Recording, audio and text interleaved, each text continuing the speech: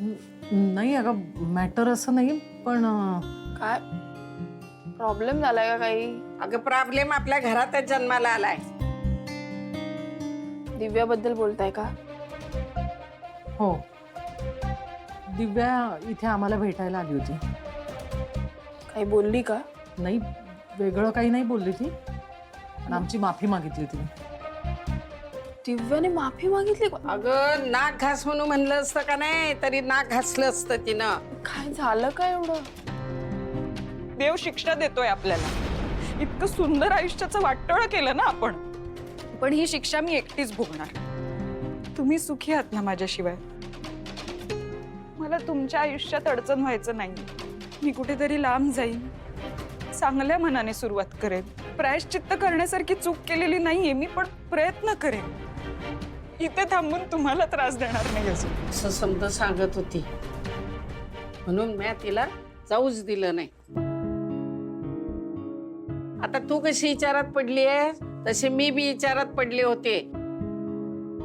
माझा तर डोळ्यांवर पण विश्वास बसना आणि कानांवर पण. नाही मला माहिती आहे ती प्रत्येक वेळी नाटक करते, खोटं बोलते आपल्याशी. पण खरं सांगू का शिवानी, यावेळी ती खोटं बोलत होती किंवा नाटक करत होती असं मला वाटलं नाही ग. हे बघ वंदे, अगं आपण दिव्याला चांगलंच ओळखतो का नाही? तिनं गरोदर असल्याचं नाटक केलं त्याच्यामुळे किती माणसं दुखावली गेली हे चांगलंच माहित आहे का नाही? हो बरोबर बोलते आजी. हे बघ तिच्यावर विश्वास ठेवणं तर कठीण आहे. तुम्ही म्हणताय ती समजुतीने वागते किंवा प्रयत्न करते, पण जर तिला संधी द्यायची असेल तर तिच्याकडे बघितलं पाहिजे ना आपण. नाही तुझं म्हणणं अगदी बरोबर आहे.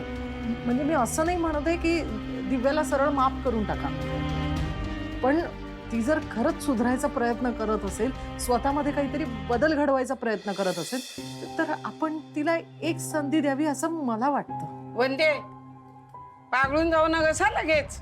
थांबा थांबा थांबा.